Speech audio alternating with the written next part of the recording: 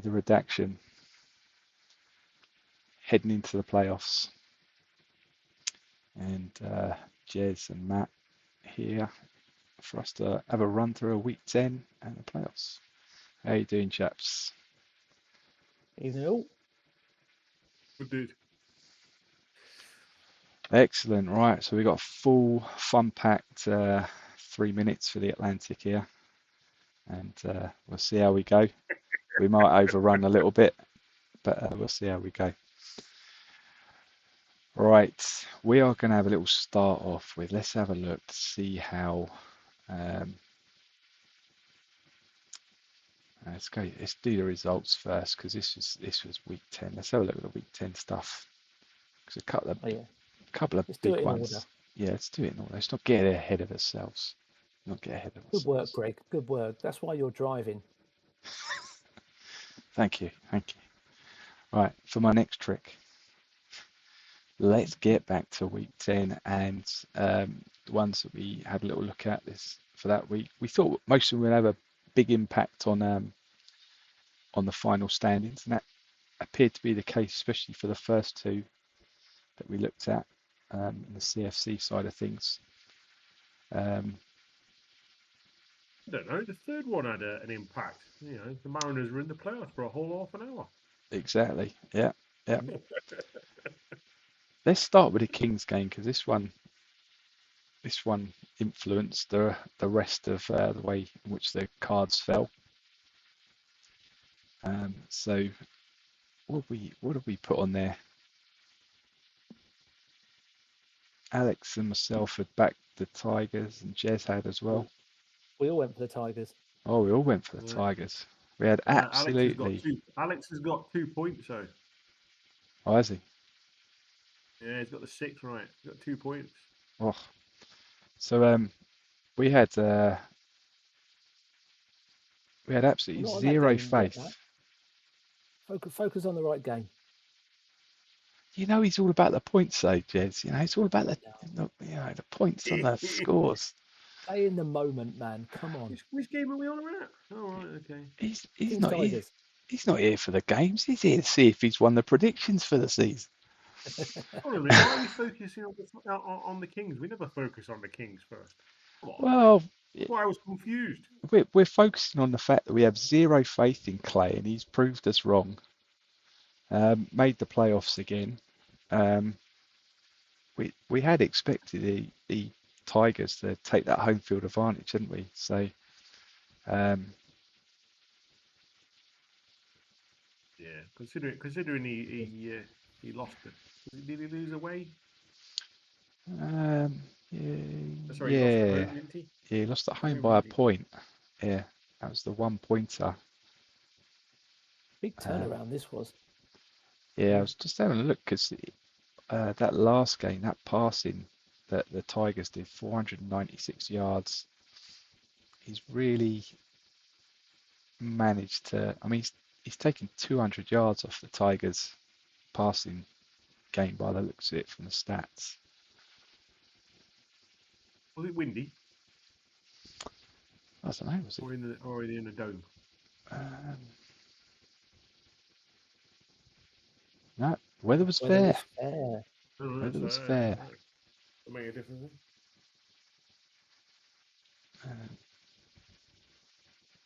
Although Jez has pulled a little one here on the actual predictions and backed the Kings, isn't he? Eh? Yeah. I'll get a prediction right somewhere. Yeah. A broken clock's right twice a day. Yeah. So yeah, good defense by the Kings by the looks of it, because it's shutting down that passing game. Because even on the turnovers, was it just forcing the punt a lot more on this game? He must have. He's stanced a good game, this one, Clay, by the look of it.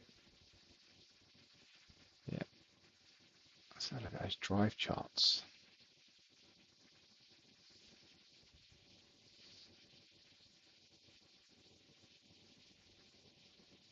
Forced him into field goals, isn't he? Yeah. He's managed to that old. It's okay if you don't break as long as there's a little bit of bend in it, right? So Yeah, you don't mind giving field goals away. yeah, and I think he's am I right in thinking he's had the best red zone offense. What was his red zone Yeah. like? Yeah, red zone 1. Yeah. So just converting those drives into TDs as opposed to those field goals for the Tigers has made a big difference in this one.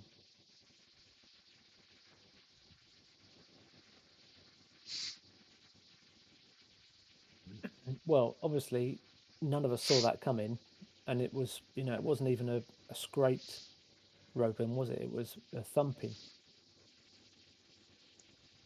Yeah, it's Yep. one of those like slow burners, isn't it? Of kind of like you almost feel like you're far enough away, but not quite far enough away. But I'm guessing by Q4, he's thinking maybe this is looking like we're going to be okay. So yeah, proved us wrong. He's in the playoffs. He made Yeah, well done, Clay. Well done.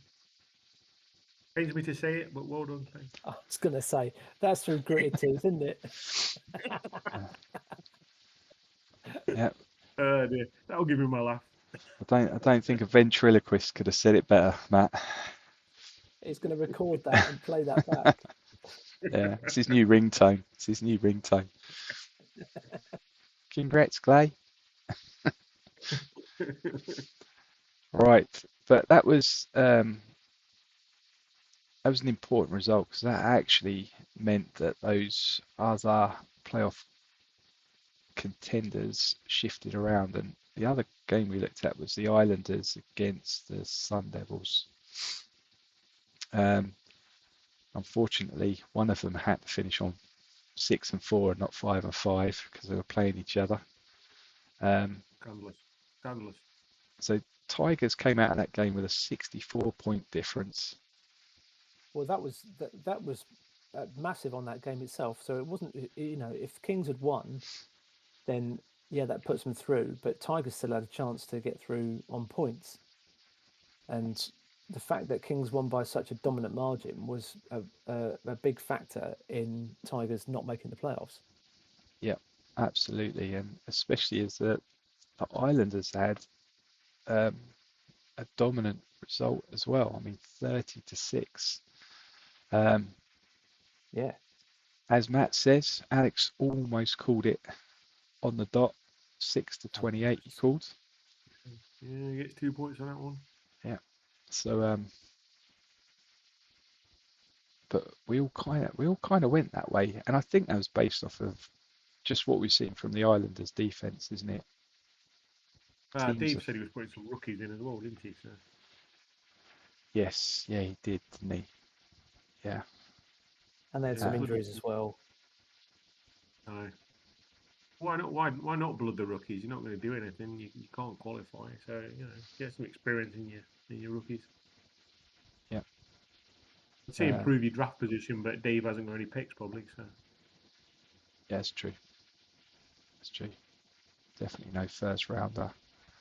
But yeah, Brighton have picked up this season.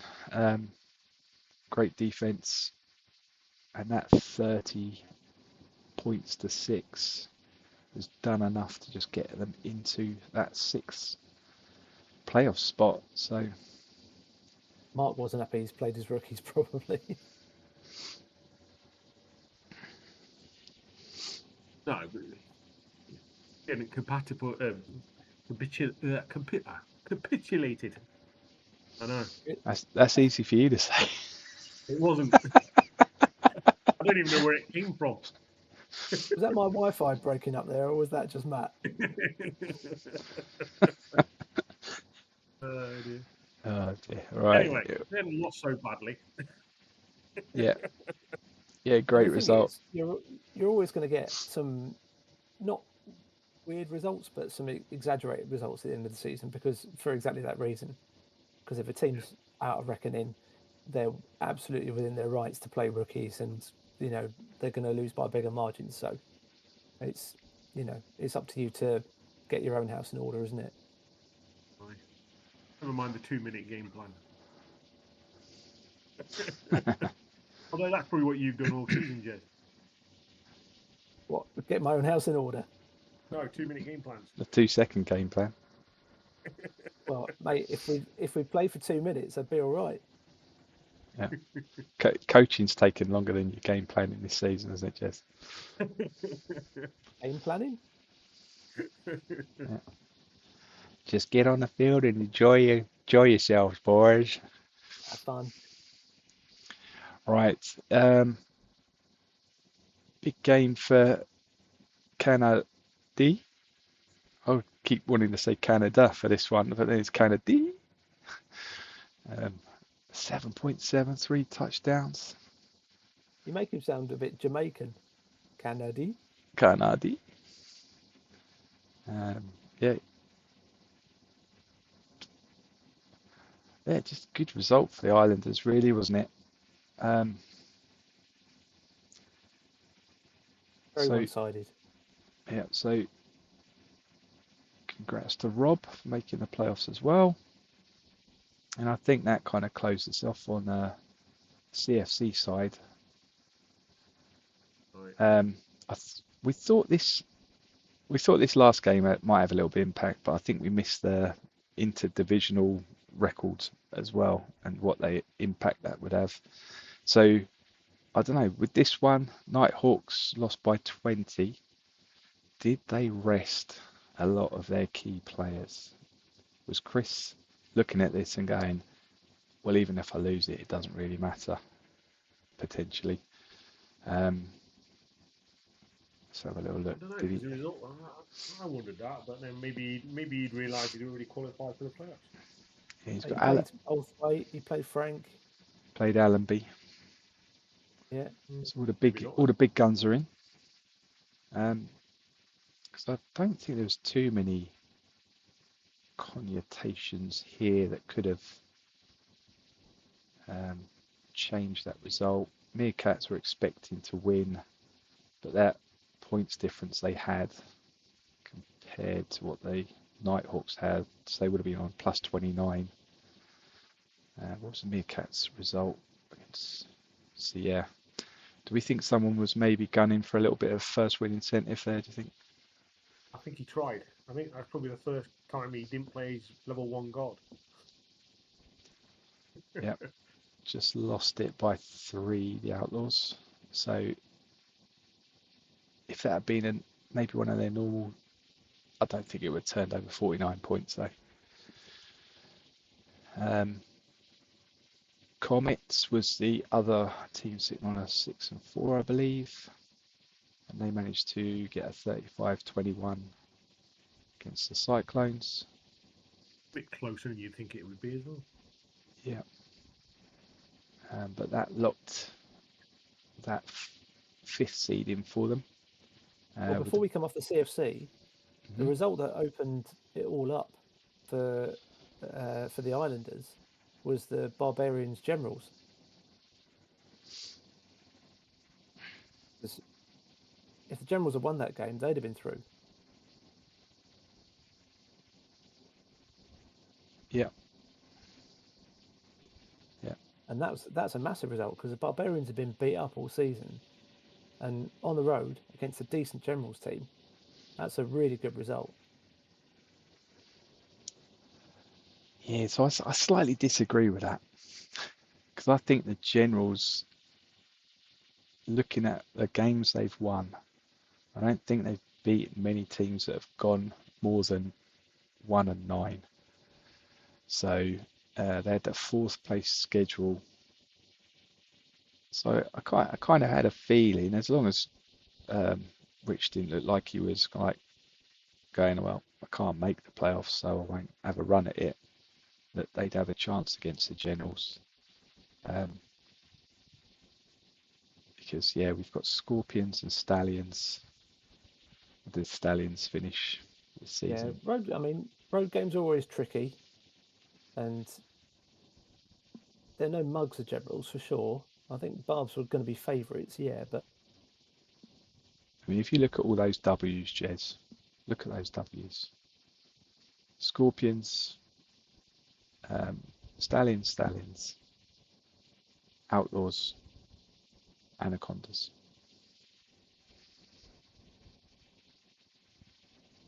So we've got Scorpions, Stallions, Stingrays, Anacondas, Outlaws. They were putting up wins against teams that you were like, they're fully rebuild. And then all those other losses were against, I think, in division as well. So, but yeah, you're right. That loss was another one that did open it up for sure. But Richards managed to nip in there and take second spot, but missed out in the playoffs again for the poor old Barbarians. Yeah. Not looking good. Not looking good. Yeah. The other thing is winning as well. That gives him a second place schedule next year as well. Yep. I've got a feeling Jez is just not happy with that opinion at all, because it's just frozen in time. He's frozen. It's like I'm not having it anymore. He is frozen, isn't he? Yeah.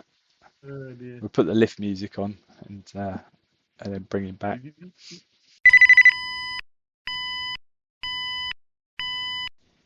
There he is. There we go. Welcome to week 13 of the Redaction. light internet issues. Yes, absolutely. Right. Okay. So welcome back.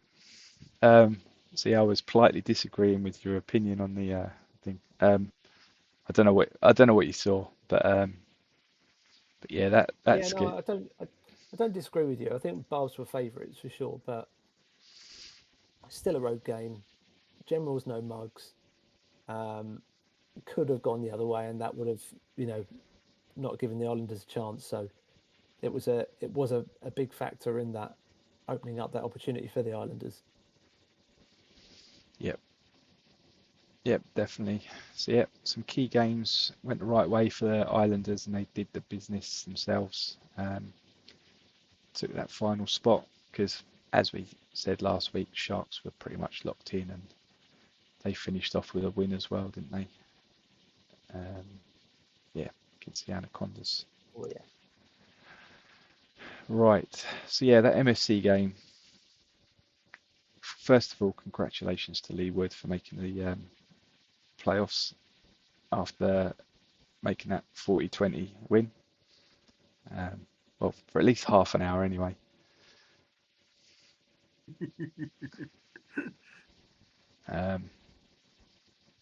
But yeah, I think we missed that interconference record thing. So even with that 40-20 win, it wasn't enough because he's only won 2 games in division. Nighthawks have won 3, which meant Chris slipped into the 6th spot. Yep. And to tell you the truth, I'm quite happy about that because, gotta say, we've got a lot of running backs running it around the outside, but Asimov is your big fullback, and I think he's the best in the league at the moment, really. He's a beast. He is a beast, and I looked at that and I thought, you know what? I'm really not looking forward to having to play Asimov. And that was swiftly followed by me going, actually, how's he managed to make the playoffs? Because I'm pretty sure Nighthawks in the division are sitting second and he's sitting third, and Nighthawks aren't in the playoff picture. Or maybe I won't have to play him. But just to make sure, I'll put a bug report in. So yeah. That Yeah. report went in like seconds after the results, didn't it? Well, I wouldn't say seconds after the results. It was seconds after me realising I might have to play him. I was like, how am I going to stop him? That's just going to be, there's no way I can do that. I don't think I'm built for a run up the middle. And then I was like, oh, doesn't look like him. Better make sure he's not there. I'm sure, it would have got sorted out in the wash. And I think, um, who else Yeah, had it was the right spotted it? result. It was the right change in the end, even though Yeah. you reported it for purely selfish reasons. Yeah, self-preservation.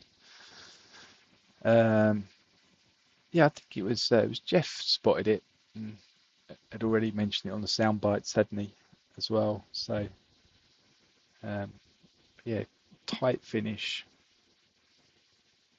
I think we'd always thought that the MSC West would be knocking chunks out of each other, wouldn't it? So that appears to have been the case.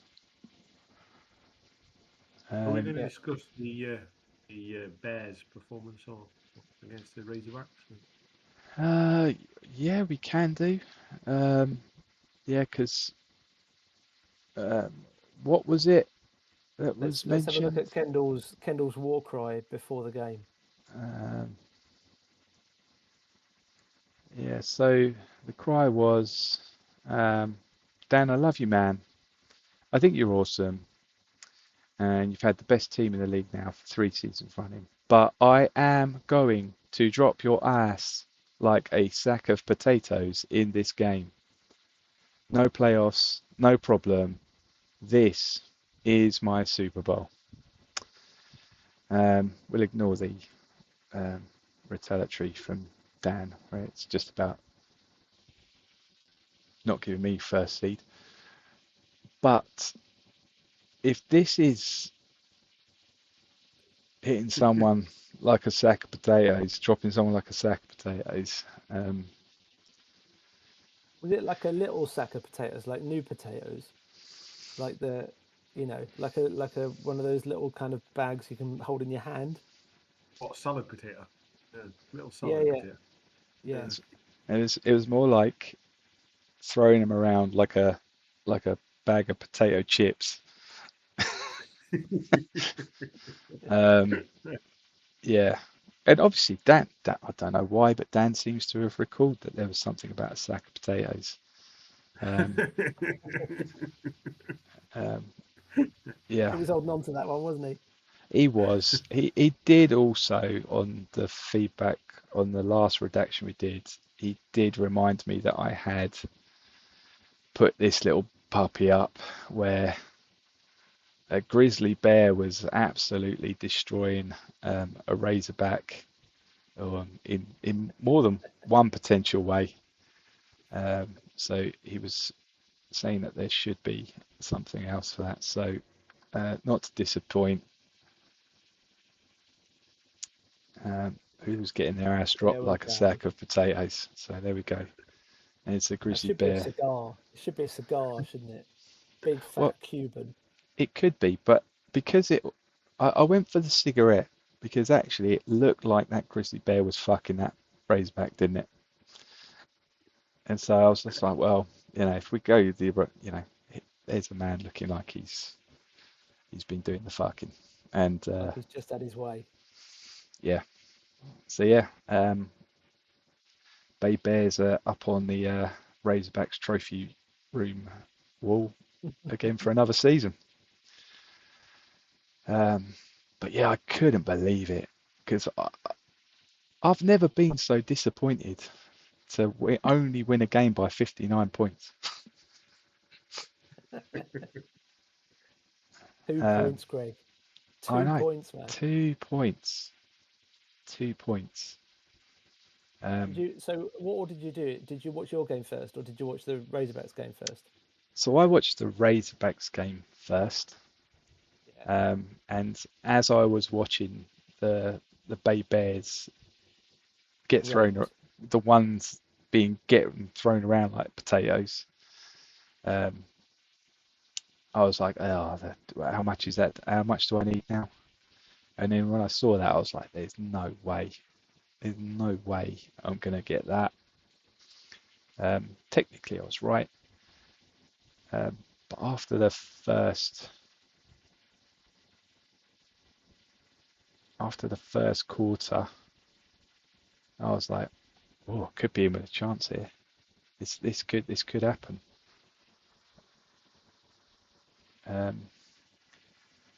One stinking missed field goal, but actually, when I've had a look through this, the key moment for me, I looked back on, I was like, why would I leave that there? Was just looking at the drive that was the difference, potentially the difference here.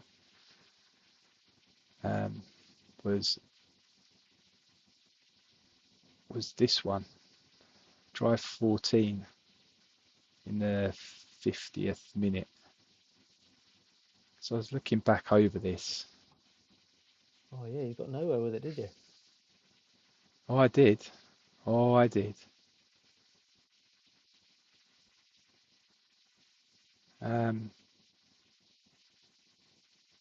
I got close enough, but at the third, 4th and 2, I didn't go for it. Field goal overrid, and we kicked it. And so I looked at that and I'm like, that's probably where it went wrong, because that actually would have been 63 at that point. Bear in mind you started on the 21-yard line as well.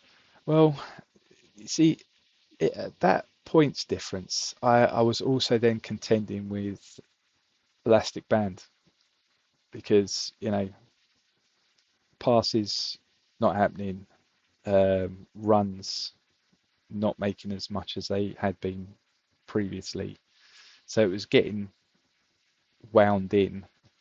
Would I have made two yards there? I don't know, maybe not,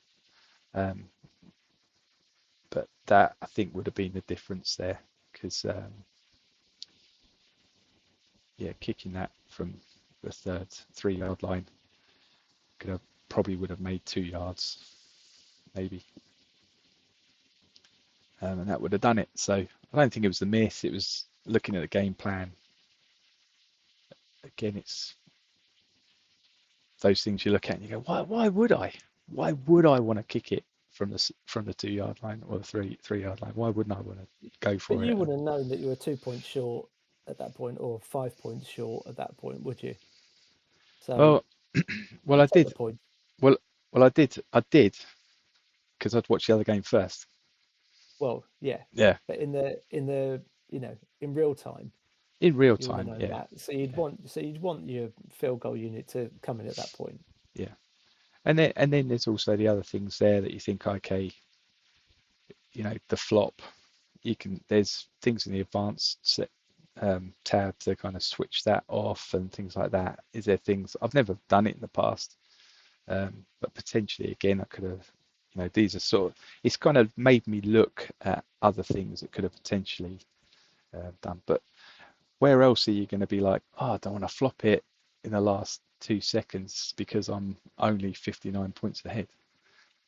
A lot of the time it's going to be because you're only a couple of points ahead and you just want to kill the game, right? So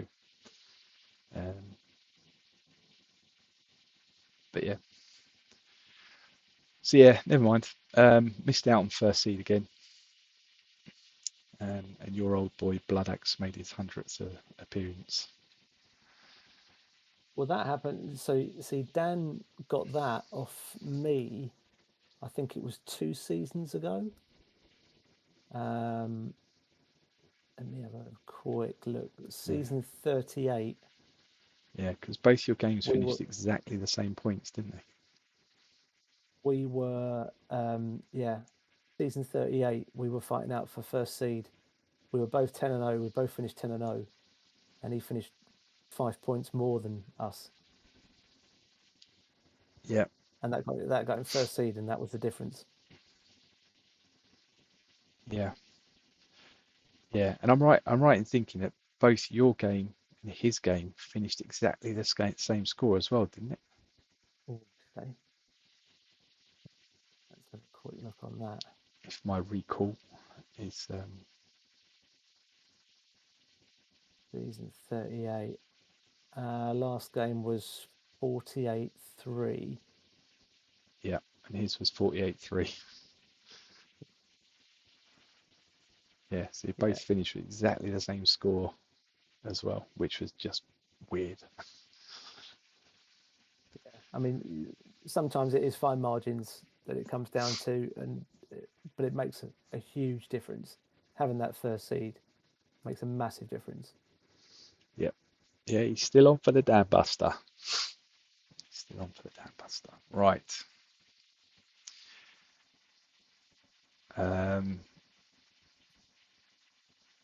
So just Well done, finish Dan. off. Yeah, well done, Dan, for number 1 seed. And the other last ones that got locked in, Chris, obviously with his 6 and 4, picks up 6 seed and gets back Nighthawks back into the playoffs again, first time in a while. Lee locked in his playoff appearance in his first season back in the Atlantic, and Alex put the Blues back on the top after a 1 season blip. So I mean, he's,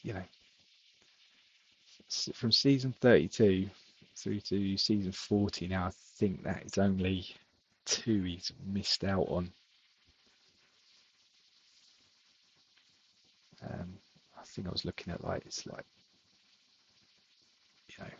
second back to first. He had that stretch of first and a second there.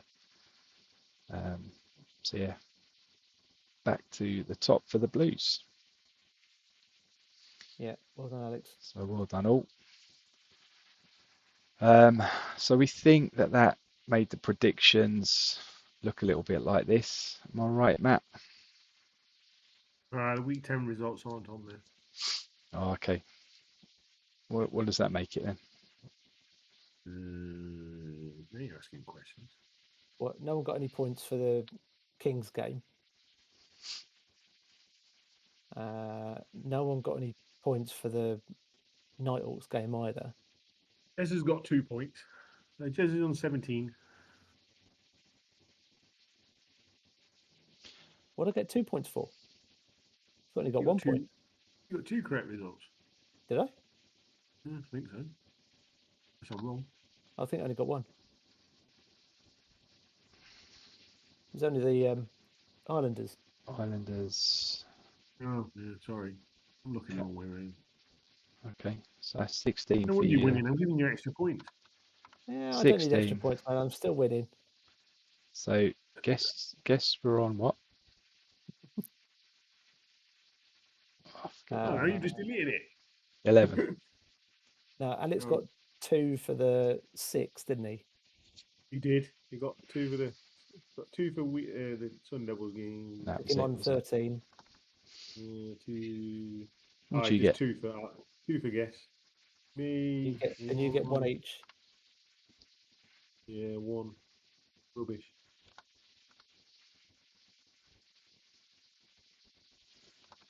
Go on. Give yourself Right. 11. Right, there we go then. So that's how we finished today. Jez double bags the predictions. You got the lead one. Playoffs count, surely. Nah, they never count. They never count in predictions. Never. Wooden spoon for me this time, and the guests put in a good performance with a collective 13. Pick up number 2. Less as well. Yes, less weeks. About 2 or 3 less weeks, isn't it? Beaten Right. by the guest. Let's have a look at the predictions table as well. Come on. Look at that as well. Oh, you want to have a look at that one? Oh, okay, Jez. We'll have a little look at that. I've got to get some joy out of this. There we go. Oh, look at that! Absolutely nailed it this season, didn't you? Redaction, boys. Yeah, Redaction take the 1, 2, 3 again. That's a second season back to back. Got some Well, competition. should have, should have you should have a roll of honour on this. He was the previous champion each season. Well, you see, you want to play college and then you get fame points for it. So, I don't know why, but you get fame points for it. Hello, you're a You should college get coach, but you're really good at predictions, so we'll give you a fame point. you get 5 extra CPs a week for winning the predictions. Oh, yeah. I was going I'd to say say, you know what? If you did, you'd get 32 entrants, wouldn't you? you would, wouldn't you? You All of a would. sudden, it's very active. Yeah, yeah. We'll have to put that one forward at some point. But yeah, there was a lot of coaches. 6 coaches got all the games in, or most of them. I didn't predict 3 of I was going to my say, own because I didn't want to give myself the kiss of death. But yeah, lots of participation there this time around, and even Jason finished in the positives this season. So moving forward, Happy days. just not much trash talk. I love they put that here, but nobody goes there. Right. Last bit for us to have a look at predictions wise was our season preview. We've not done too bad here, really, have we? There's a lot of ticks. Does that mean All it? the green. Does that mean it is boring Atlantic? no, Or, we're just good at this. or does it Good at mean predictions. we know what we're talking about? Because we've never professed to that. Oh, bloody hell! If we nailed it, You know what? I don't think we've done this well in any of them. I think all the ones we've done before, we've never got anywhere close to this score. No, I don't remember getting anywhere near as many ticks as this. I've got every division winner. yeah, I think we Sorry, fully Wildcard, but got to that point where we realised that actually just ignore the season preview, ignore the training camps. They just really don't need too much. You just need to, have a feel for where things are, right? oh, actually, you can almost go on who's the most active in each division and go, that's the winner. Yeah, Because I bet potentially. if you go through all the divisions, I bet that's pretty much the case. I think the only division we struggled with a bit, caveat apart from me and Alex, was the CFC South. Yeah, Because start of the season, none of, well, yeah. apart from me and Alex again, no one fancied the Kings. It was, Tigers, well, no one picked the Tigers, but the Tigers were looking like they had a strong offense again, all those stars. The prediction was, I mean, you guys went for the Warriors, even though they were the weakest team in the division on paper, which I thought was a weird shout anyway. They're probably a season shy of competing. The 2, based on what they've done this year, I think. Yeah, maybe. Yeah. Apart from that, we did pretty well in all the other divisions. yeah. I think, yeah, it was only Only because we couldn't back the Kings.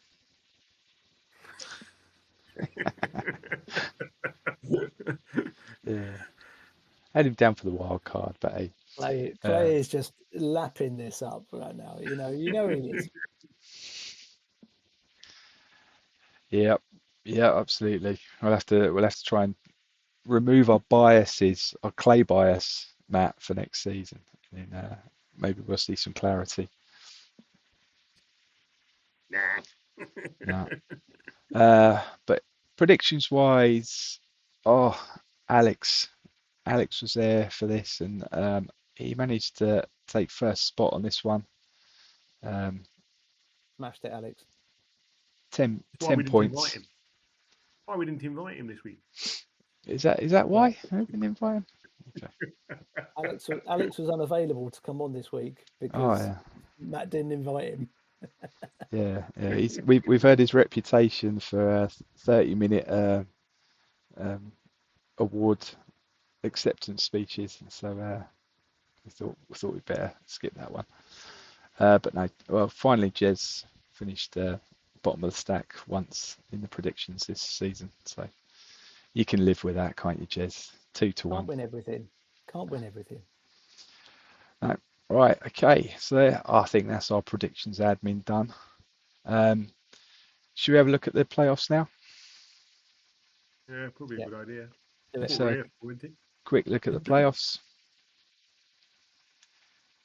Right, so Islanders on the road to the Heroes is where we'll start.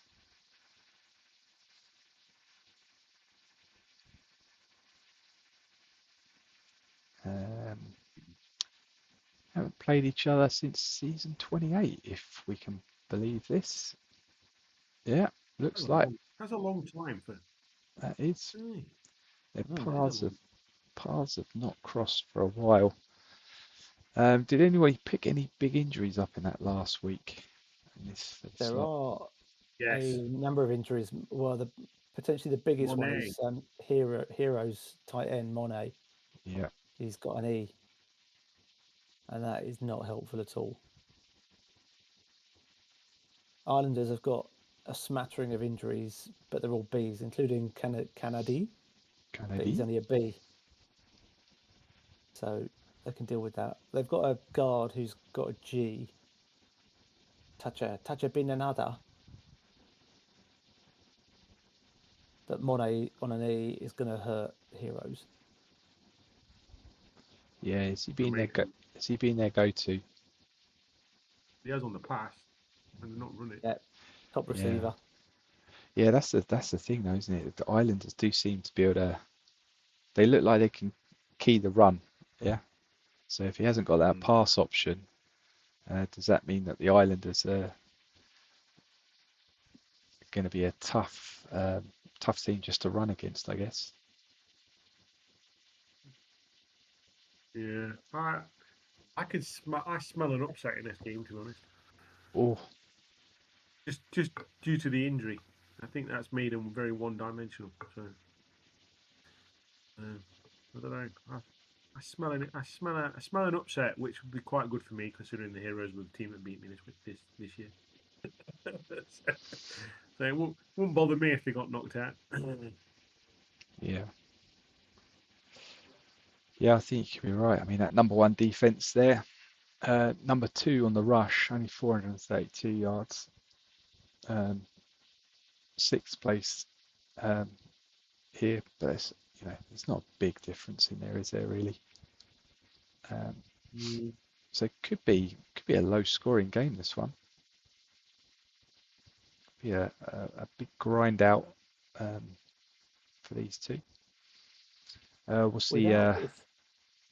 If there wasn't the injury to Monet, I'd be all on the Heroes with this. They've got a stronger special teams, home field advantage. You'd really fancy them,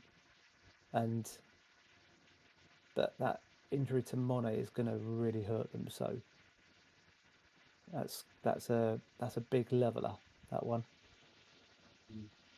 Got that returner injured as well for the Heroes. D for the return. I don't know how much of a prominent returner he is, but I think Jonathan likes his special teams, from what Jeff's been saying. So yeah, one of the Ramones is down. Let's have a little look. Can the Islanders do it on the road? Yeah, 40-yard kick return average on this guy. yeah, he's on IR, so that's going to make a big difference. I suspect the Hero. How many returners have they got on this team? Well, they've got 3. So they've still got 2. Yeah. What was Flame Walker like when you traded him out? What level was he? Yeah. 14, 15, I think. Right. Just checking. Potentially starter safety. And also strong safety. So and we've seen that Kennedy can do some damage. So again, that safety might be a big hit to the Heroes' defense. Try and stop that outside run.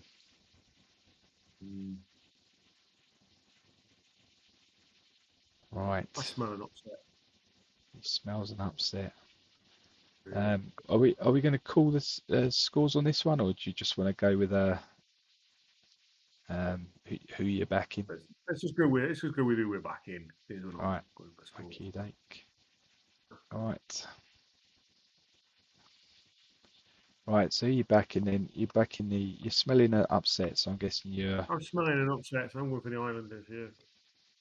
Yeah. Smelling an upset. How about you, Jez? Oh, I am gonna go Heroes. I think Jonathan is just gonna find a way with home field advantage, even with all the injuries. Yeah. He's had an extra week to game plan, which is probably or to think about how he's going to approach it. So that maybe that helps. I don't know. But yeah, I think the Islanders with those injuries have got a really good chance, and the defense again that they've got, they can probably handle the run quite well if that's what the Heroes are left with. Because I mean, the Heroes have got two good running backs still. So Yeah. he may still think, well, if I'm pounding it up the middle or around the side, that's probably enough to grind out, control the clock, low scoring game maybe, and then hopefully home field advantage gets you over the line in the fourth quarter. But I don't know, could go either way. I think it'd be a tight one. All right. Right, let's have a look at the Sharks against the Kings then. I'm going to call it now. Sharks.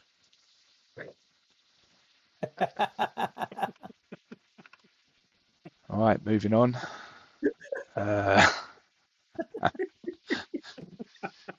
You've had enough talking about what Clay's chances are, have you? Already this week. I don't know if you were ever on Clay's Christmas list, but you're certainly not on it now. Yeah. Have you ever got a card from him? Right, so spread here says Ricky reckons Kings by 2. I don't think, from what we were talking about the other week with Alex, he wasn't looking forward to playing the Kings, was he? No. Was it Kings? I thought it was Brighton he didn't want to play. Oh, was it Brighton? We told him he couldn't play Brighton. It's Brighton he didn't want to play, and then we told him he couldn't make. He wouldn't get Brighton until the championship game because they're both win wild cards. Right. Okay. He didn't want to play them because of the defense, did he? No, I didn't fancy Brighton's defense at all. Right. Okay. He played them earlier in the season, and they tucked him up a bit. Right. Okay. Yeah. If that's the case, that's enough. That's all I need to know. Yep. Right. Just you, Jez, to work out then. If he wasn't worried about the Kings, I can't. Alex thinks he's got enough. Just look at these two. They've gone through the whole season and they've got one injury each. That is good going. I know Sharks have got that level 14 athletic coach. So, but Kings have done well to get through to playoffs with a single C injury. Ridiculous. Considering I've got the injury crisis at the moment. Is it just timing though? Is it just timing? No, yeah, not a lot there, has he? That's not many. It's one big one here where he's picked it up in week 1, and we've seen he's got the final recovery there at week 10. Whether that's a starting OG or not, I don't know. Coming back. Arm? Did he lose an arm? Did he grow one back? Did he? Yeah, he's like Groot. If anybody. gets that one. But yeah, what was that? Oh, he's 10 seasons in. Nobody would be playing anything over 10 yet, age 10, right? As a starter. No one. Apart from the fact he has been started 3 games. Yeah. Yeah, there's nothing wrong with that. I'm back at home, so you never know. Anderson might make one more appearance before he retires, age Oh God, 30. Anderson. Jesus. You know what? I want to kick back off him. Trading him for that bloody 8. I should be getting a kickback of at least a 7th on him. Well outperformed what he was worth. It wasn't an 8th rounder, Matt. I didn't trade him for an 8th rounder. It was Oh, yeah. round 7, pick 33. I don't think that's how it works either, Matt. I'll Yeah. trade him to you for an 8th, but if he plays well, I want a 4th. Yeah, it's not like. Yeah, I wanted a 7th, and then he offered me the 33rd pick in round 7. Yeah, it's good value. It's good value for you. I mean, to be fair, he didn't play much of last season because he got injured in week 1, and then that was it. He was gone I know. because he just didn't recover. So it's just kind of evened itself out a little bit, really. Yeah. So no injury's gonna spoil it for anybody. Snipes, Alcala, he's around the same sort of rushing yards at the end of the season. He's really starting to get his value out of Dev Squad Stew and Henty Creer. He's really got them Wallenberg, working well. The D end is 39 the big thing. sacks. Yeah, it's the D end. Alex claims he's not very good, but I don't believe it for a minute. What was Not very good with 39 39 sacks? sacks. That's insane. Yeah. Yeah, that's Yeah, crazy. so he's got the best passer, the best receiver, the best pass rusher. Yeah. Sharks. Yep. Okay. Sorry, Clay. Can't see it, mate. Sharks. Right. So that'd be a big road win for the Sharks if they can do that. I tell you something. It'd be interesting. You can almost argue that the away teams are the favourites, which is very rare. You don't usually get many away teams winning in the playoffs, especially in the first round, anyway. Yeah. Let's move on to the next game then, because this may be one that I think may go against that. So they both finished same record, I think, didn't they? Both finished 7-3. Yeah. Last game was week 6. Blues at home. It was 21-13. So it was a close affair.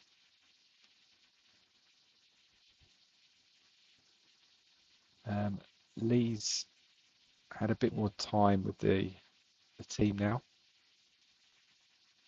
Again, number 2 defense, number 5 offense overall. Have they only played each other once this year? Or they played them twice? Yeah, I think so. Week 6 is okay. the single fixture, isn't it? Yeah. Okay. Yeah, because they were 2nd and 3rd, weren't they, in division? So this is an exact repeat of that fixture, isn't it? Because that was at Blues as well. That's right. Yeah. Yeah. We've got some windy conditions, Matt. Spread is another close one, 2 points to the Comets. So they've got the road team on the road winning this one. Look at all the blitzing. These two blitz. Oh yeah, we need to work out who we're going to talk to about blitzing, don't we? But this again, another tight end with a D and a centre with a C. Is that the? Oh, that's James. So I don't think that's his starting one. But is this tight end another big loss? Was he out already?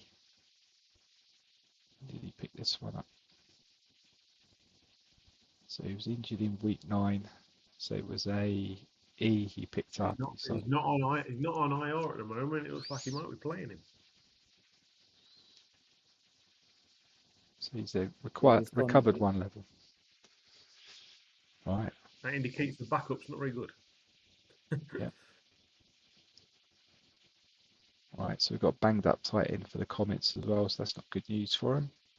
He's that tight end is their top receiver. Yeah. Oh dear. 850. Oh dear.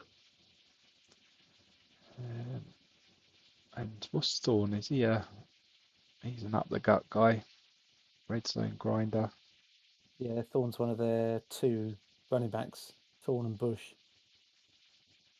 Yeah. Yeah, stats aren't working, are they? Again, still.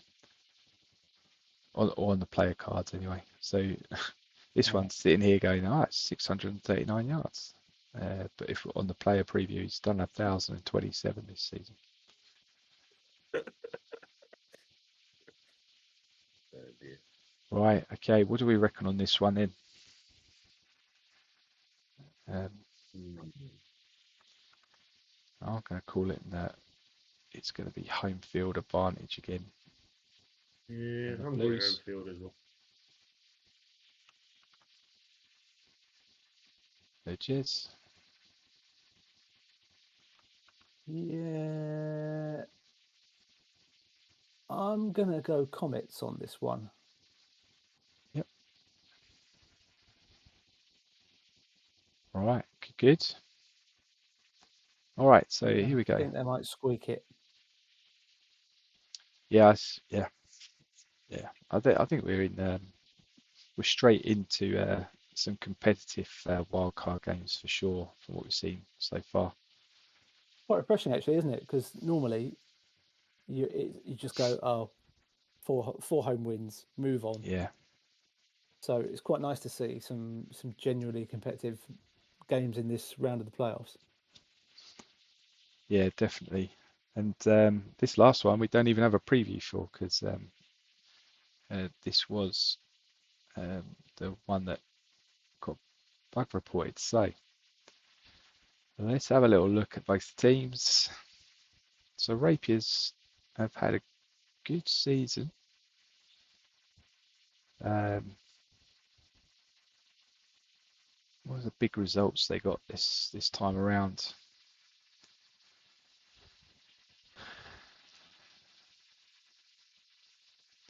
Yeah, see again. They've not played anybody really. There's a lot of division wins and then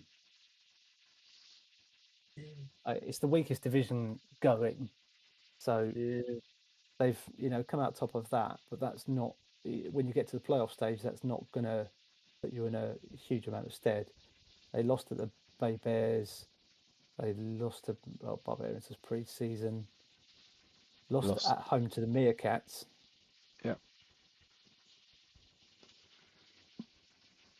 Yeah. And then got wins in games that you would expect them to win, I suppose. Yep. So let's have a little look at the Nighthawks from that perspective as well. So wins against the Bears, Aztecs, Mariners, Bears again, on the road as well. That was a big one, 51-48. A win against the Anacondas, a win against the Outlaws.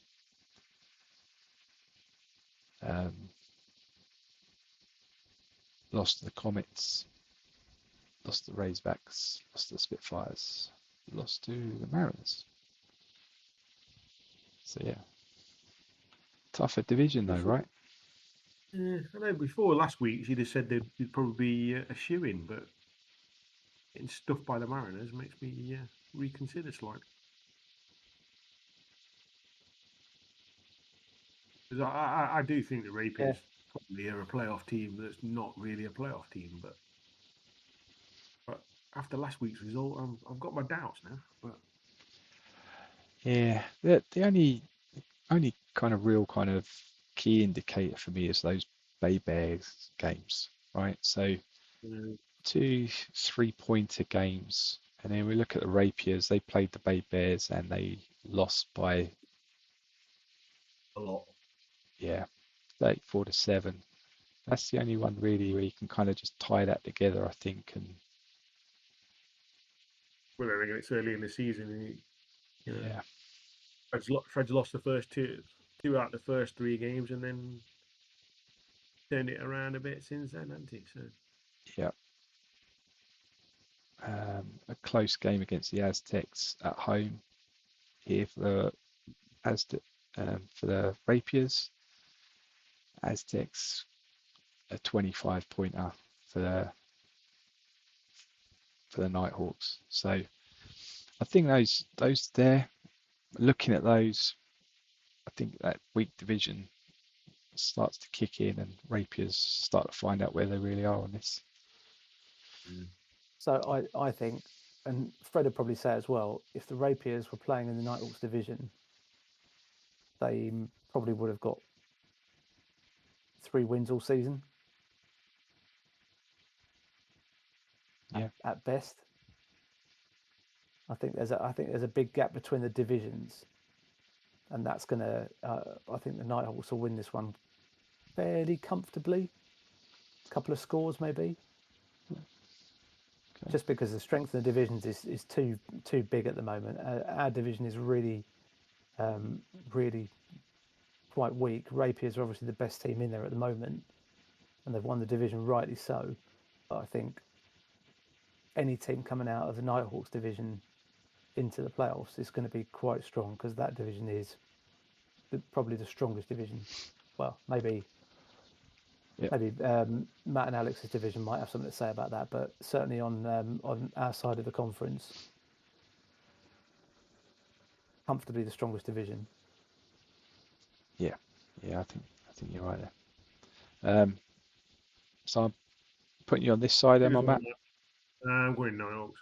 Nighthawks. Right. Okay. And can I switch? Can I switch the Blues game to the Comets? Oh, I just want 4 away wins. I'm just going for 4 away wins. 4 away wins. Right. Okay. There we go then. There's the playoff picture. Done and dusted. Okay. Right. So only 2 of us have predicted a home win. yeah, That's nuts, isn't it? it is. It is. Yeah, and I think some other thing that I watched that lasted around about the same amount of time as this. What, forever? They were straight in for the Rapiers, and I was like, I don't know. But yeah, it'd be interesting to see. But I think, in my opinion, that one is probably the one that may not be as close as the others. And just on that basis of Rapiers being slightly ahead of the rest of the division on that kind of rebuild cycle, but maybe not for the whole of the division, for the whole conference, sorry. So yeah. Right. So there we go. There's the Atlantic bit done. Right. I thought we'd finish off. We touched on this a little bit last week. So the Asterix Awards from for Redaction. Caretakers from around the league, because we have the golden caretaker, Richard Jackson, who I'd like to congratulate as being the only caretaker who managed to get 15 losses this season. So congrats on that, Rich. It's quite a feat. Wins. No wins, 15 losses. Fantastic. 0 and 15. Good going. Great job. Got that number 1 draft position as well for the Highlanders, which is good. We had Phil up on the top spot last week, but the original, the Dark One, the Dark Lord, he's pipped him at the post. This week. We talked about Conrad key gaming his week 10 game, like a pro caretaker. And we talked about old school, new school. Oh, Dave Russell just proved us wrong there, didn't he? You know, he came in like an absolute stormer. We'll have a little look at his game because he also got number 1 in my books because he managed to piss the league off as well.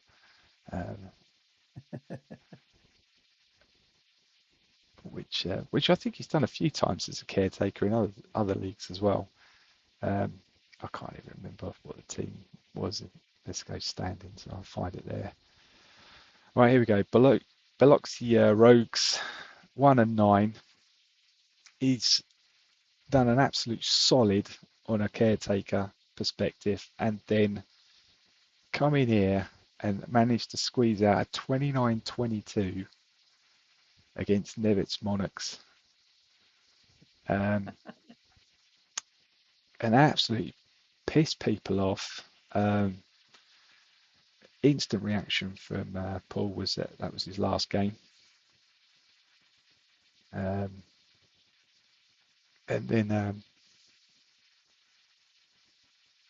then Kendall got absolutely destroyed by this. That must be about the 20th time it's been Paul's last game, though. maybe I don't know. Maybe you know better from playing with him in the Empire, maybe. But yeah, Kendall's. Meanwhile, Dave Russell, I'm not impressed. Goes a little bit beyond caretaking. Get your ass back to the GFL where you belong. Oh, dearie me. Throwing him out like a sack of potatoes. Little Yeah. potatoes? Just itty bitty. Potato chips. Maybe this one was those, you know, those tin potatoes that you get, which are like Oh, the yeah. really little tiny ones. Yeah, maybe. Potatoes in a tin.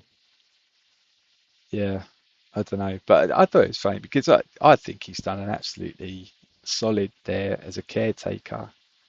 If you're caretaking and you're trying to do the best for that team, you want to like bang in an extra. So what is it? Is it 50 points on each side of the? Yeah, it's a lot.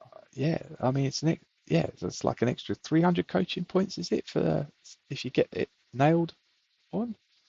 Yeah. Something like that. I mean that goes a long way for trying to get a team back into a strong position for a new coach coming in, right? And fundamentally, if you look at the standings, if Monarchs won that game, they win the division, they go to the playoffs. And you're playing against an 0-9 side that, were they sandbagging a bit? Maybe. But you should probably still beat an 0-9 side, right? If you're about to win the division.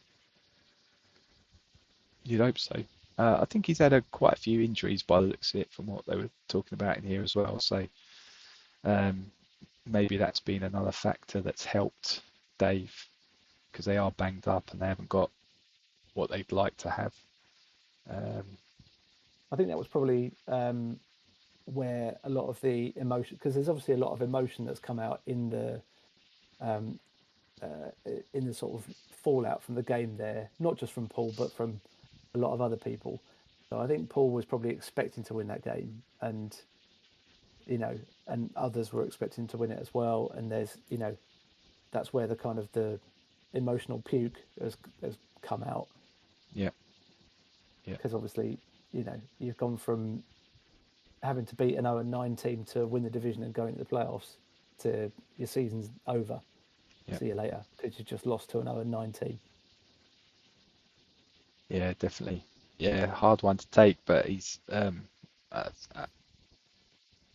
for the Asterix Award, it's an absolute solid. He's got that first win incentive. He's not lost much on the draft position either. He gets that win. He's still drafting third for that team, so he's going to pick up another great player to put on that roster.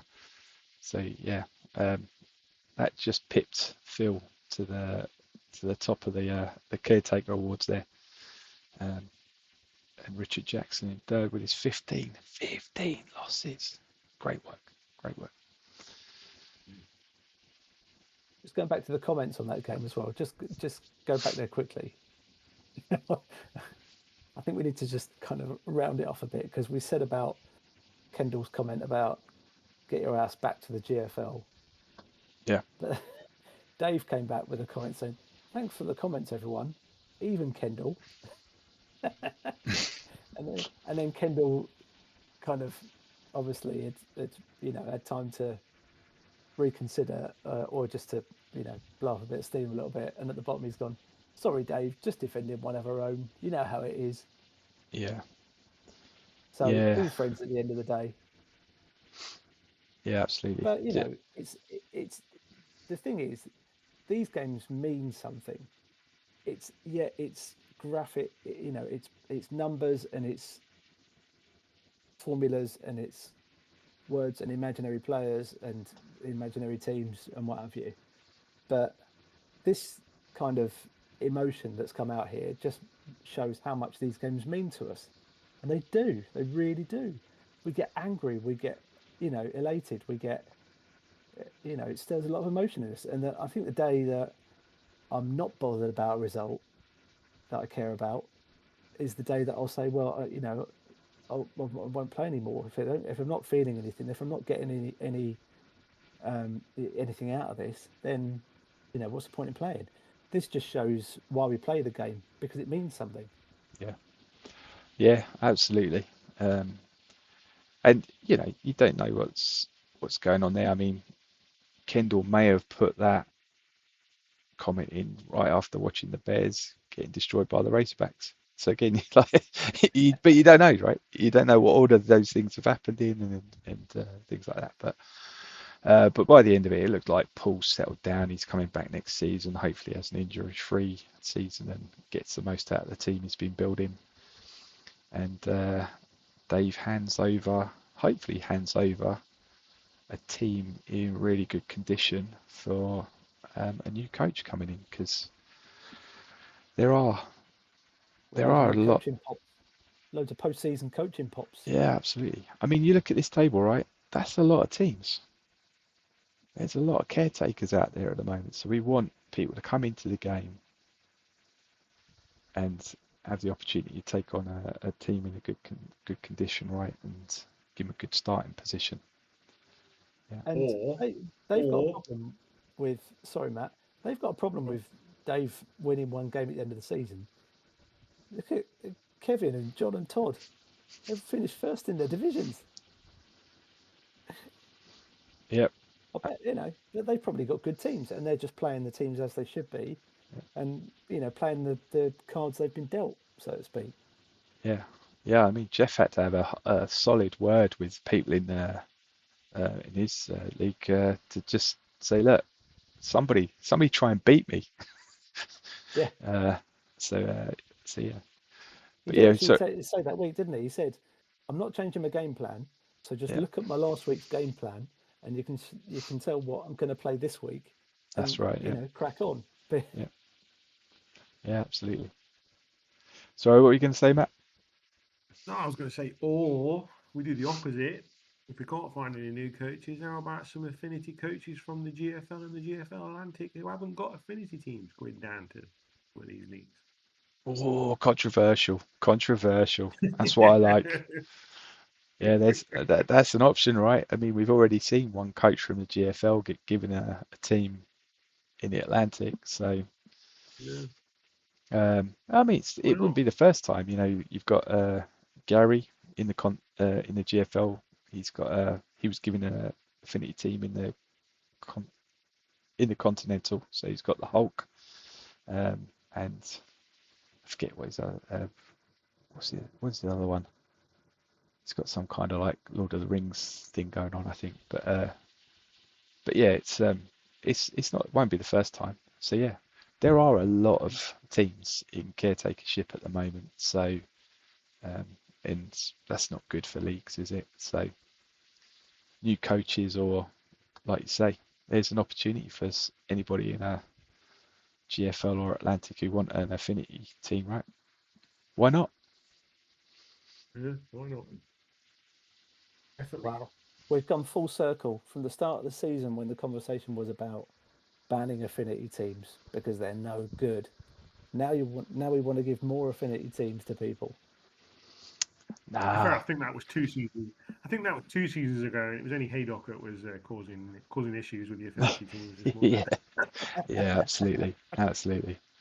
Yeah, no, I don't. It's one of those things for me. It's like seeing it kind of go through that process of the affinity part, and for me, it's the big part for me is it's just that promotion tiering.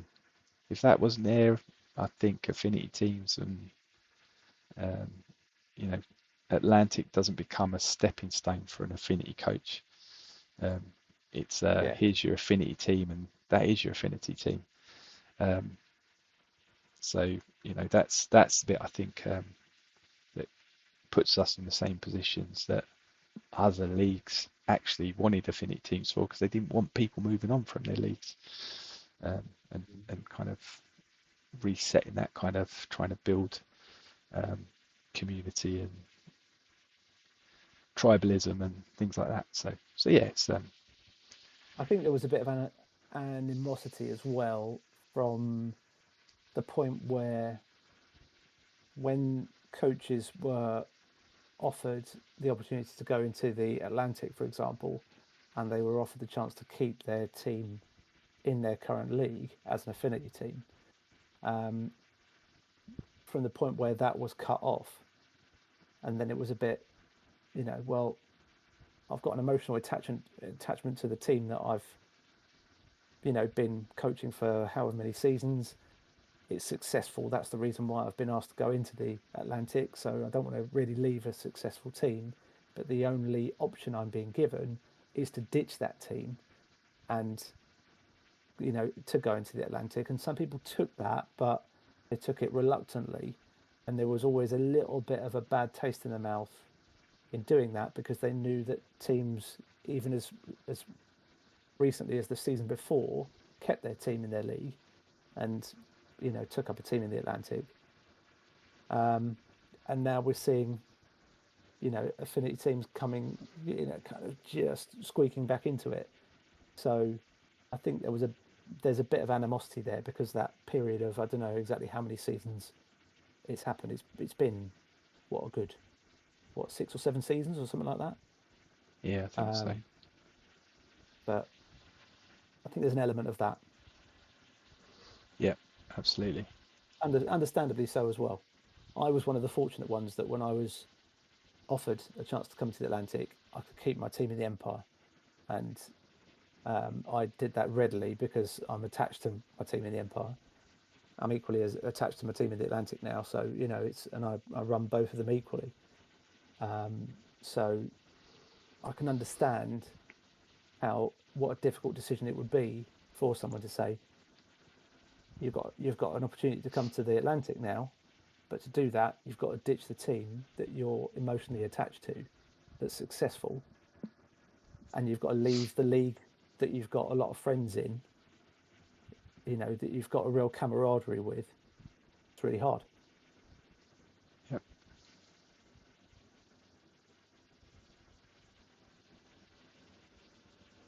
Yeah, Yeah. All I'd it's say is, all I'd say is that that's what used to happen. I think I left the Rough Riders, whatever it was, and Greg came over. I left them and went to the Stampede. I went from a 3-time bowl winning team to a team that hadn't got a first round draft pick or any draft picks that season, I think, from memory. yeah. I think as well. It's that, like you say, Jed. It's timing as well, right? Um, and some of the criteria around that they kind of put around the invites is all very kind of like closed shop. So you don't know if you're going to get it. You don't know if you get it, are you going to get asked again if the timing isn't right? And there's also this kind of like, oh well, if you turn it down, you're not going to go ask it. So then you're in this kind of like really kind of like tough situation of Well, I've been asked. I'd like to try something new, but actually, is it the right time? But if I say no, then maybe I won't get asked again. You just, oh, okay then, Yeah. you know. So, maybe there is a little bit around the way in which, you know, the way it's been done is a little bit kind of like, well, if you say no, then you won't get asked again. And it's like, is that the right way to do it? Probably not. Doesn't put people in the right position because then you do have potentially someone going, do you know what? I'd like to take this team for another season because I think I've got another run in them and I want to see this through. And then you've got a bit of time to think about it, but maybe that isn't something that's put on the cards or on the table. Definitely wasn't when I moved from the Big Sky to the GFL. Um, I think I'd almost said I'd think about it, um, and all of a sudden it was like, oh, okay, yeah, that's fine. We've set it up, and it was all done. And I'm like, oh, okay. Yeah. But for me, it was the right time, so it wasn't too much of a problem for me because I was just like, okay, you challenge. I've had enough of the Rough Riders here, um, and go and try something new. So, and it was the same with the Gunslingers as well. Like, it was at a point where I was just like, I've done a cycle and finding it really hard to try and do what I like to do with a team here. So I need to um, do something different. And yeah, Spitfires came up, which was good timing. And to be fair, I kept badgering you to come to Atlantic as well. Well, yeah, there was that. There was that. Yeah, I think it was. Oh, I think it was. Atlantic friends. Well, yeah, actually, I think it was Mark Foster had said because I think I've been talking to Todd about it, and I was like, oh, I think I'm going to pack it in, and he was like, oh, you should come down the Atlantic, and then I think Mark Foster dropped me a message and said, oh, I hear you're thinking about going. It's definitely worth coming down here. There's a few spots going to be free, and I was like, oh, okay. So I've reached out to Rich and said, I do want to sign up, but I don't really want to carry on with this team. And then, yeah, then ended up at Spitfires because they looked like a good challenge. Hadn't really ever won anything, so I thought, yeah, that'd be fun. I think So, yeah. the purpose of affinity teams is valid if you've if there is the it's like supply and demand, isn't it? If the reason why they cut the affinity team option was because there was a load of new players in the green room waiting to join up, and we needed to, we should free up those teams for new players to come in, then that's completely understandable. But from looking at it now, we've got about a dozen teams that are under caretaker management coming towards the end of the season. I don't know how many people are in the wings, how many new players are in the wings waiting to take up a team next season, but I wouldn't imagine there's a dozen. I don't know. And you're going to get a handful of people that drop out at the end of this season, as you do every season. Yeah. So Yeah. No.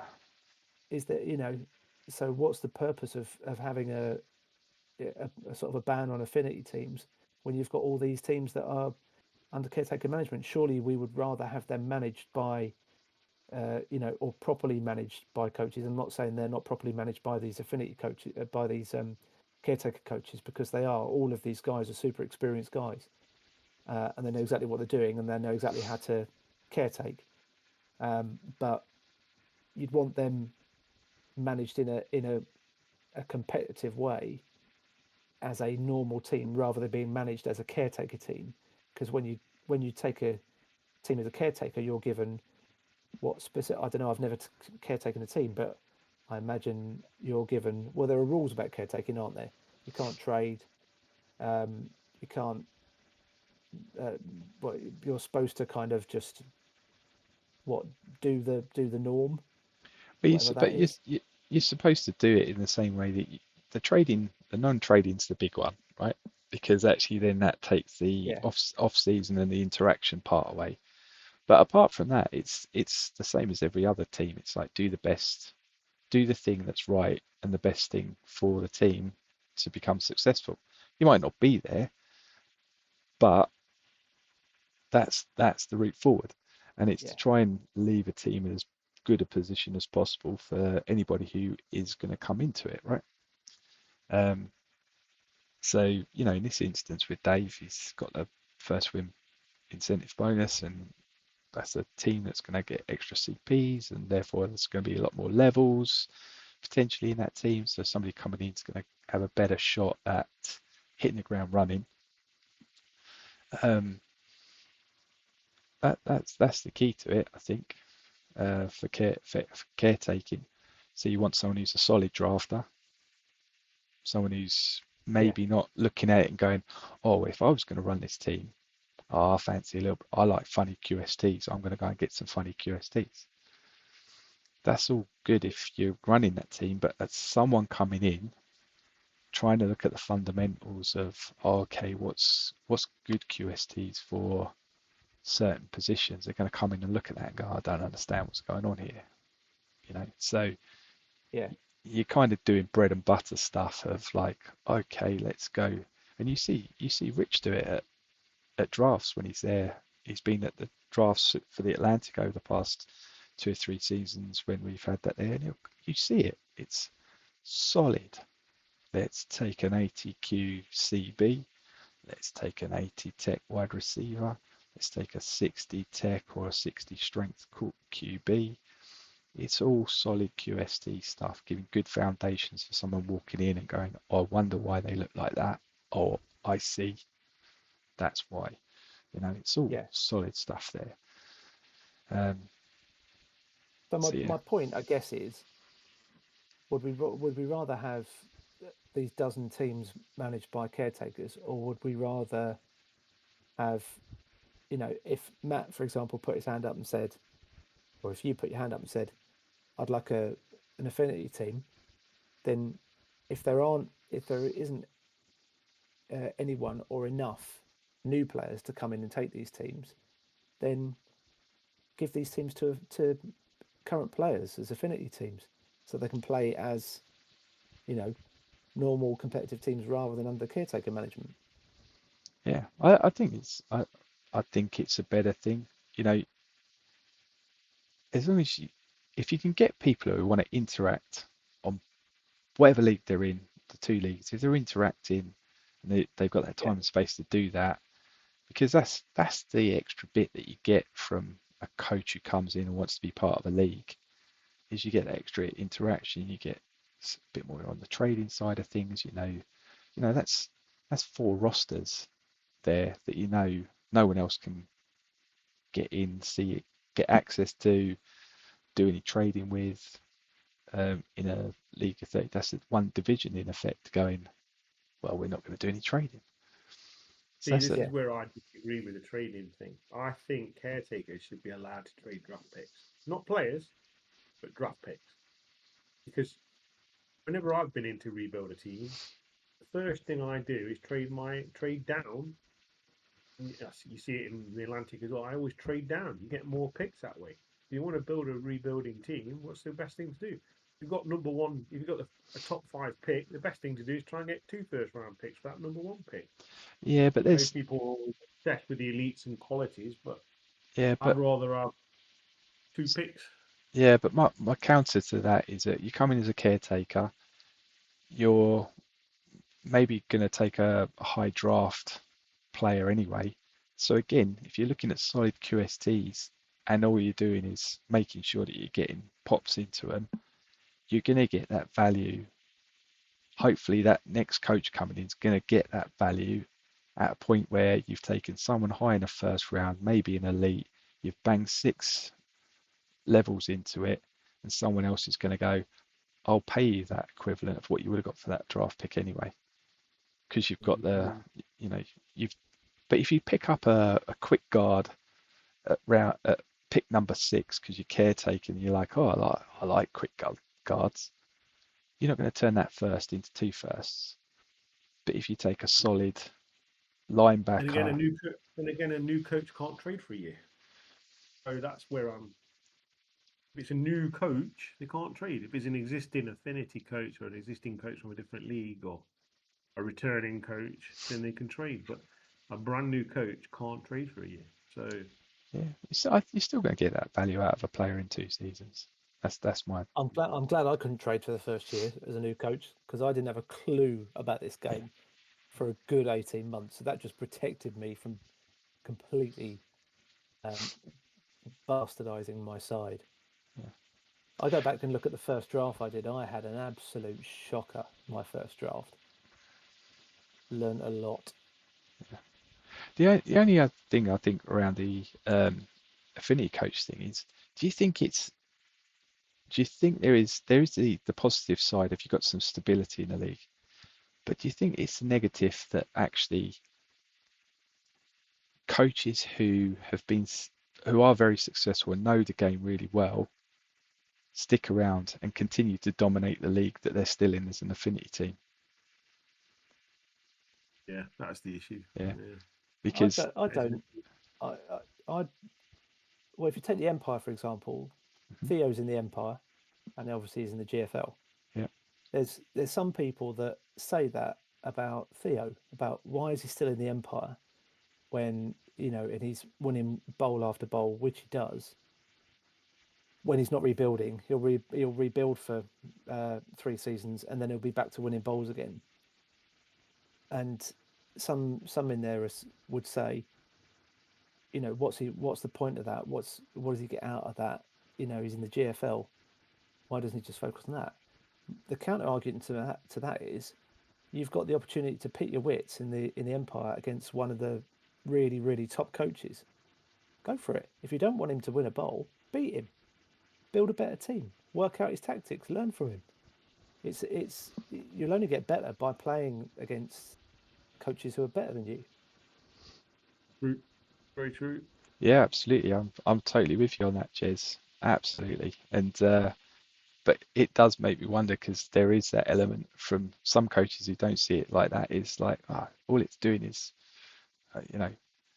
I'd be the best coach if the best coaches weren't here. Yeah. Yeah. But yeah, yeah. But I agree with you. It's kind of, you got to be. Or do what I did and wait till he rebuilds and win a bowl then. Yeah, get your timing right. Yeah. Yeah, we're back to the old timing thing. Oh dear. Right, okay. Let's leave it there. We were talking about caretaking. We're back talking about the affinity thing. Maybe there's an option there. We'll have to see if any spots open up for people. It'll be interesting to see, because that is a lot of teams. That was a good chat. That we hadn't planned that. No. But yeah, congratulations to Dave, Redaction, Asterix Award winner. And it also reminded me that we really should congratulate, let's go back to the Atlantic. We really should congratulate Alex this week. Absolutely. Yes. Best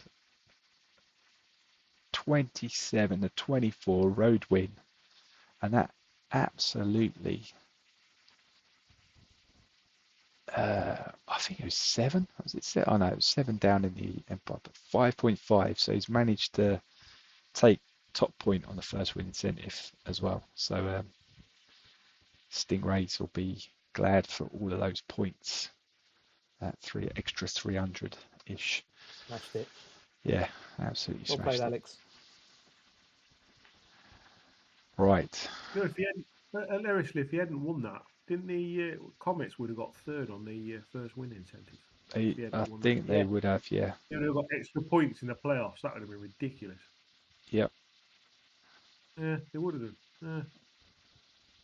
He's still only picking at 4 as well, Alex. So he's not really dropped down the draft order much. I think he dropped down 2 places by winning that game. No, I don't think it was that. I think the Outlaws were 2 before, weren't they? Yeah, he's cost 3 to 4, I think. and he's cost the Scorpions quite a few coaching points as well there, dropping them down to 3rd. So right. just to finish off, we got a quick Ask the Boys this week. Matt, If you want a quick one, I've got a great quick one. go on, let's do a quick one then, since we did our Right, unscheduled. This is an off the Save some beat good one. ones for next week. We'll have more time next Oh, week. yeah, send us some more ones. But what is your best dad joke? My best dad joke. While you're thinking, I'll tell you mine. Yeah, because you've been a What do you- prep for what- this. Go on then. Yeah, what do you call a man with a seagull on his head? Cliff. Cliff, yeah. Yeah, that's pretty poor. That's pretty poor. Or, hold on a minute, I've got another one. Hold on a minute, I've got one wrote down. Hold on a minute. I've I got one. can You never might have to, remember it. oh no, it's not really a joke, but we might have to redact it.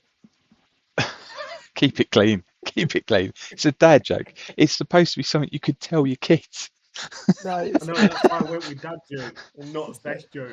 it's not even. Mine's not even a joke. It's just something I heard earlier today. Oh, dearie me. It's just a statement, really. Did you know that strap-on is no part spelt backwards? Oh, that's terrible. That's terrible, Jez. You're letting the side down. True though. Surely you must have got a Father's Day card with a poor dad joke on it or something. Not with the strap-on, no. No, no. Well, I hope not. I hope not. Did it have a pineapple on it? No pineapples either. Right, what was the other one then, Matt? 'Cause I'm still Can we feeling. redact all of this? Right. Why don't monsters eat ghosts? I don't know. It tastes like sheet. Oh dear. That's Right. not too bad. On that note, Hang on, get Oh, we're some. still waiting. don't you want to hear mine? Don't you want to hear mine? Oh, you got one. Have you got one? Skeleton walks into a bar. Barman says, Skeleton says, 1 beer, please.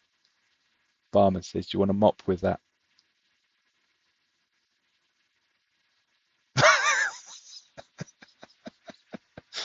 No? Hang Don't on. get it now? Hang on. I'll work it out in a minute. No. That's right. You'll have a good laugh when you do get it. Delayed reaction. What I'll do is I'll put ha ha ha ha on the comments when I get it. Okay. I might be waiting a while. Right. That was a quick one. Can we have some better Ask the Boys questions next week, please? Oh, you said you wanted Put it, to put it in the comments. I'm not saying to you, Coops. I'm saying to whoever's listening to this. Put it in the com. Put your. Hold a Put your minute. You questions in the want comments. you want a quick real one? A quick real one. Oh, I don't know. Is it going to be a quick one? If it's a yeah. real one. Quick. Well, it should be a quick one. Big Dave asked another one. It says, "Do you have a list of coaches not to trade with? I.e., do you have a shit list?" Yes.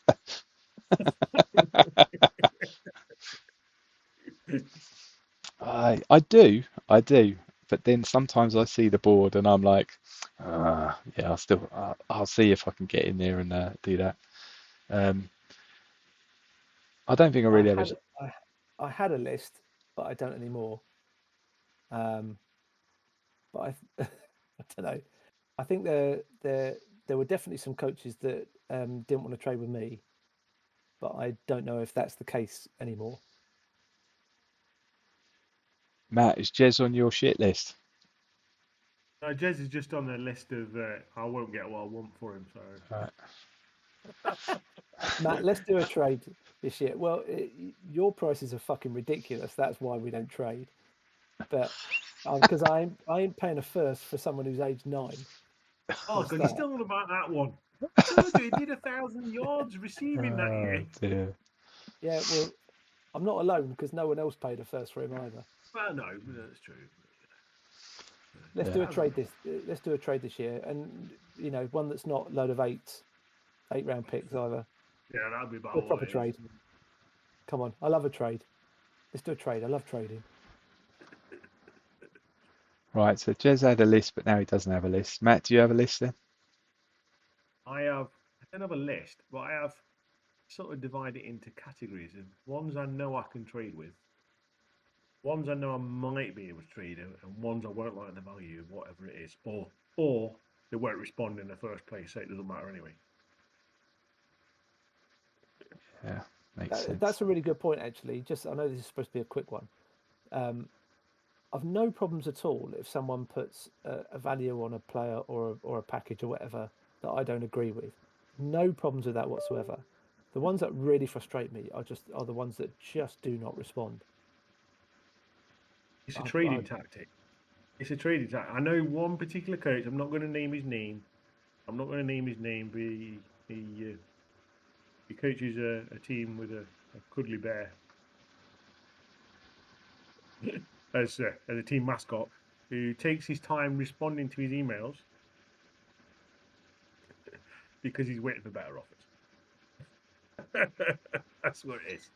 Yeah. Which, some people consider a legitimate tactic. Personally, I think it's a bit, just give me a no if you don't know, I'm not interested. That's all I want. Yeah. A no. I mean, some people take their time in responding. That's fair enough. Some people just do not respond at all. I mean, there's been some coaches that I've sent, 2, 3, 4 emails to, either following up on the same offer that I've put in the first place or with different offers, and zero response back. And I don't mind if they don't like the offer, but just come back and say, sorry, not interested, or I value him higher, or say something. To not respond is really shit. Yeah. No doubt we'll do it all again this year. Oh yeah. Yeah.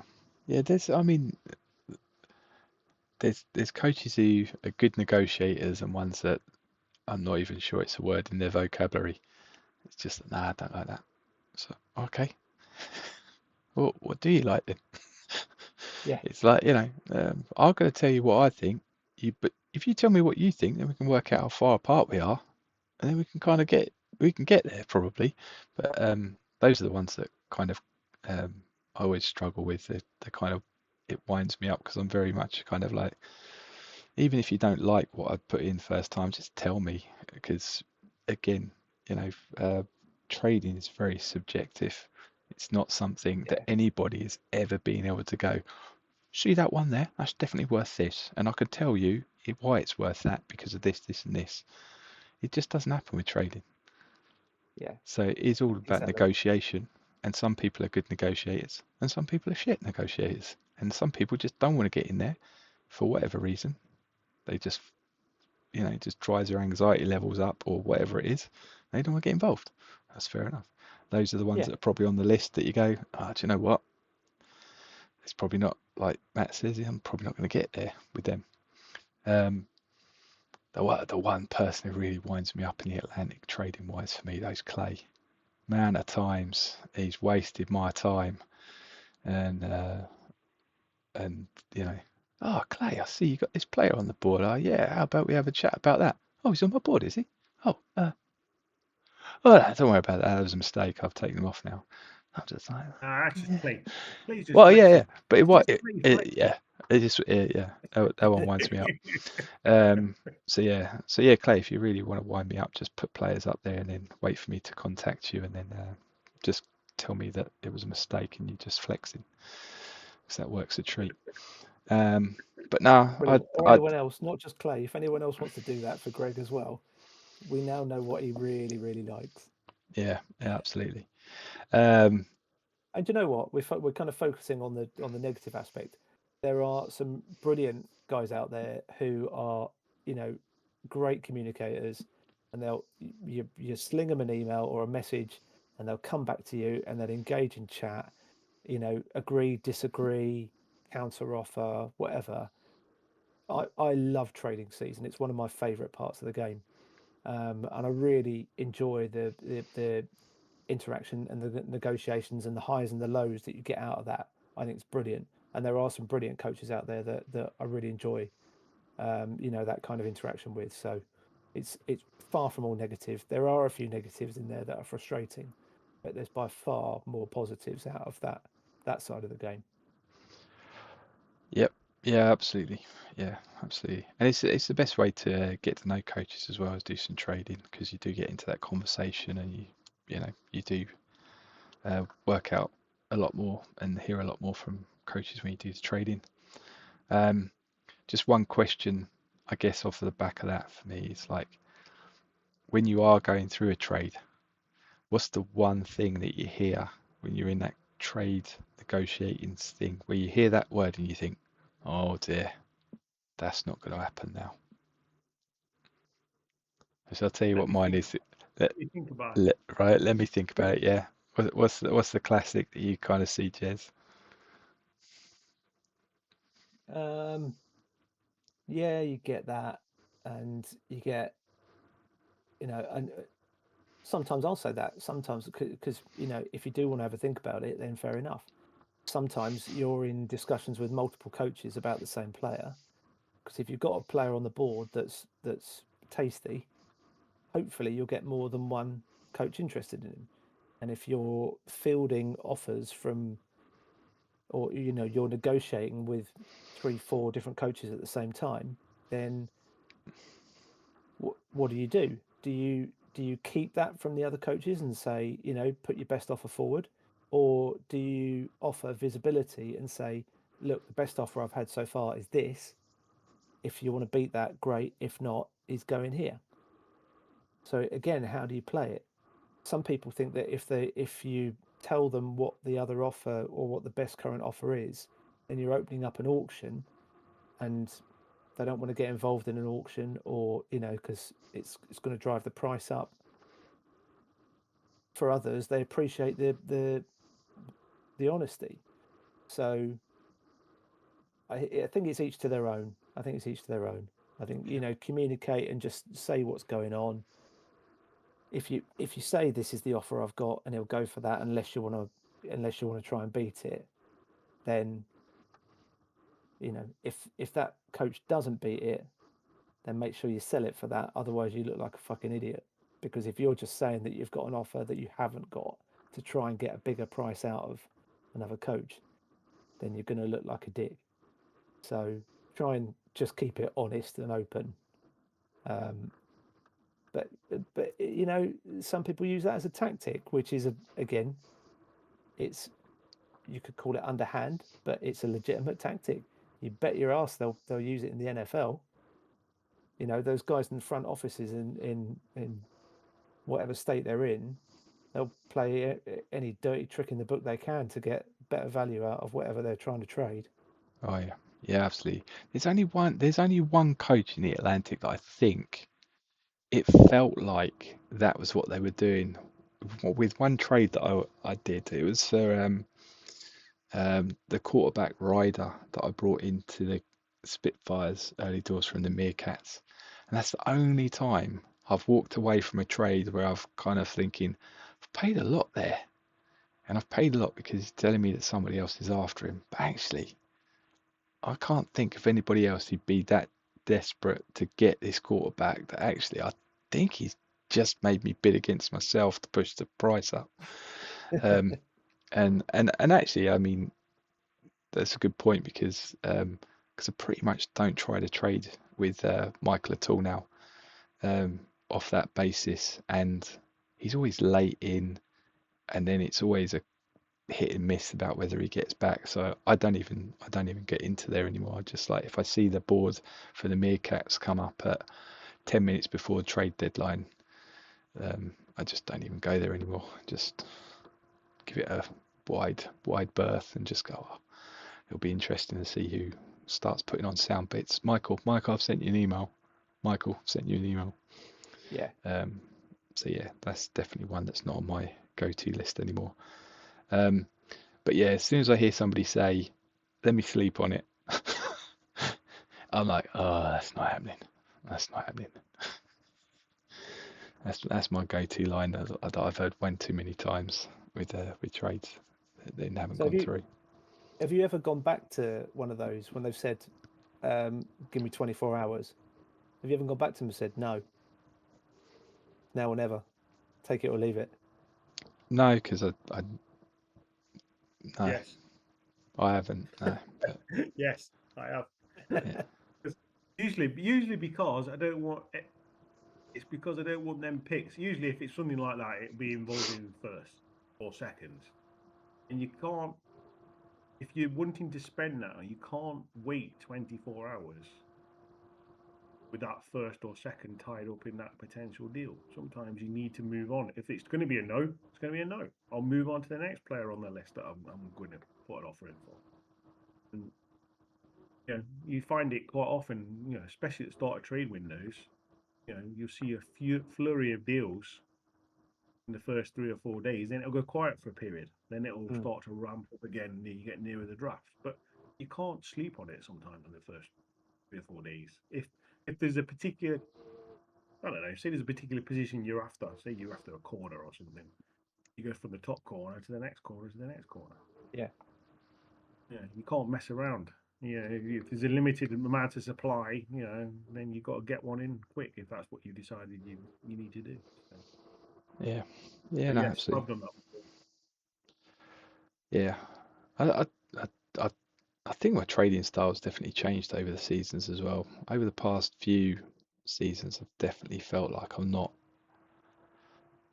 that keen. I've done a lot more over the past few seasons where when it's not going the right way, I just go, do you know what? Nah, it's okay. I'm fine. Don't worry about it. It's not worth that much to me. And actually, that's worked reasonably well because then somebody else who obviously has been trying to push that price up has just gone, oh, okay, well, I see what you're saying now. How about we do this? Which wasn't something that was in my repertoire previously because it was always kind of like, let's get it done, get it done. Whereas now it's kind of like if it doesn't feel like it's good value for me, I won't push it any further. I'll just be like, nah, you're okay. I'll go and find something else. So that's definitely something I think I've brought into my game over the past, I don't know, 5 or 6 seasons.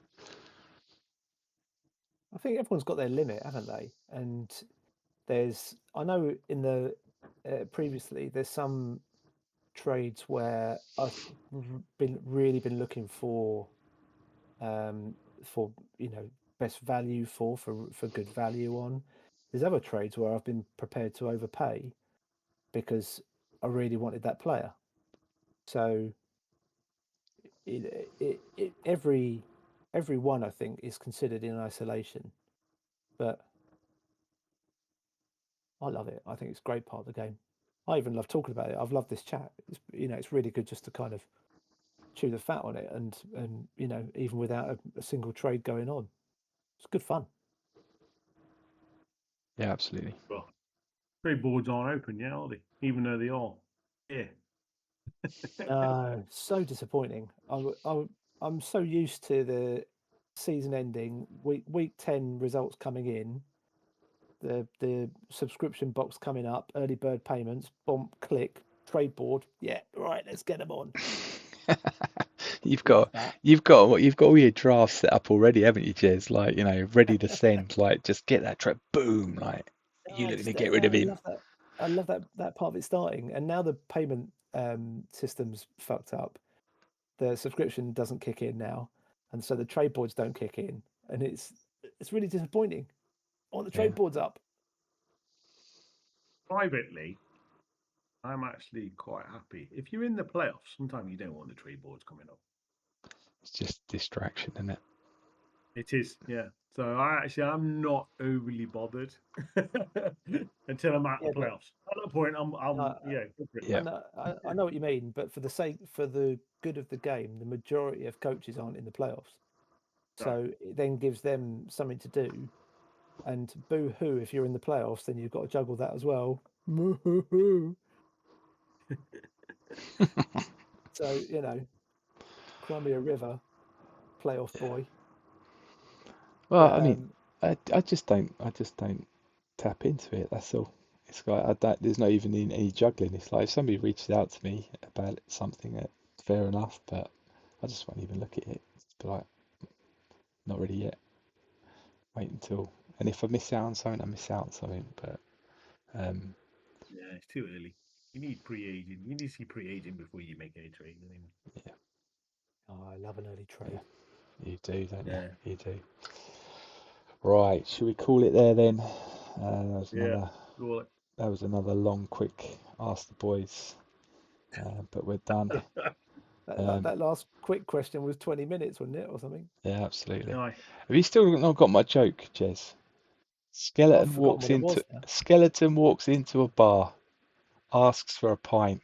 Barman says, "Do you want a mop with that?" No? Oh, yeah, I get it. Right, yeah, good. It's landed. Oh, I'll explain it to Matt later. It wasn't worth it, was it? Right. Okay. Right. So good luck to those in the wildcard games this week, and hopefully be back next time and have a look at the divisionals. Well, I was about to say everybody that's in the Atlantic playoffs, playing in the wildcard league round. Hope you get lots of injuries, especially in the CFC side. Oh dear. And you wonder why you don't get any profile votes, Matt. Bang on right there. Bang on right there. There's your answer. Right. Catch you later. No bitter. But Cheers.